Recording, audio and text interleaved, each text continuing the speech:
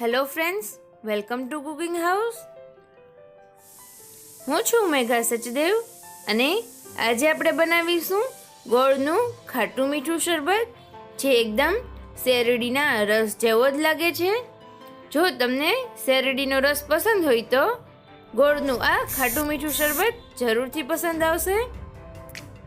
Recipe જોઈતા પહેલાં જો તમે હજુ સુધી કુકિંગ હાઉસ યુટ્યુબ ચેનલને સબસ્ક્રાઈબ ના કરી હોય તો જલ્દીથી કરી લો અને બેલ આઇકન તો જરૂરથી પ્રેસ કરજો. ગોળનું ખાટું મીઠું શરબત બનાવવા માટેની સામગ્રીઓ છે: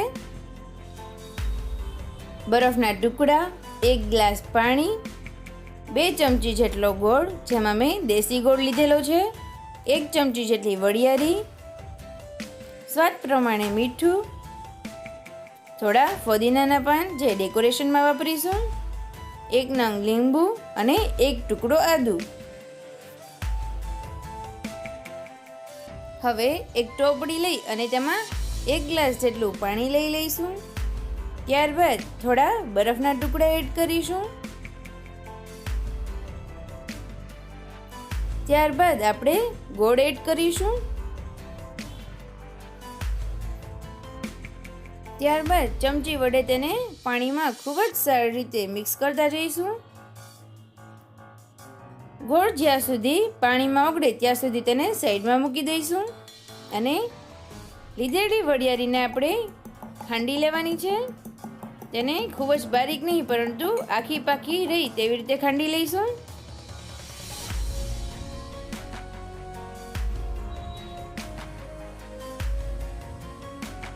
ત્યારબાદ હવે તૈયાર કરેલા વરિયાળીના પાવડરને ગોળના પાણીમાં એડ કરી દઈશું.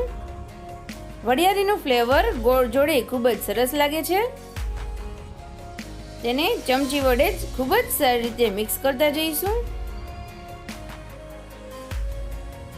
ત્યારબાદ તેમાં ઝીણી ખમણી વડે જ અડધી ચમચી જેટલો આદુ ખમણી લઈશું. તમે તેને ખાંડીને પણ એડ કરી શકો છો. ત્યારબાદ આપણે અડધી ચમચી જેટલો લીંબુનો રસ એડ કરીશું. ત્યારબાદ અડધી ચમચી જેટલું મીઠું એડ કરીશું, જે ઓપ્શનલ છે. ત્યારબાદ ગોળને સારી રીતે પાણીમાં મિક્સ કરવા આપણે તેમાં બ્લેન્ડર ફેરવી લઈશું, જેથી કરી અને બધી જ સામગ્રીઓ ખૂબ જ સારી રીતે મિક્સ થઈ જશે. ગોળનું આ શરબત એકદમ શેરડીના મીઠા રસ જેવું જ લાગે છે. જો કોઈને કહેશો નહીં તો ખબર પણ નહીં પડે કે ગોળનું શરબત છે કે શેરડીનો રસ. ત્યારબાદ 1 ગ્લાસમાં બરફના ટુકડા, ફોદીનાના આખા પાન અને ત્યારબાદ તૈયાર કરેલું ગોળનું શરબત એડ કરીશું. તો તૈયાર છે ઉનાળામાં ઠંડક આપતું ઠંડુ ઠંડુ ગોળનું શરબત.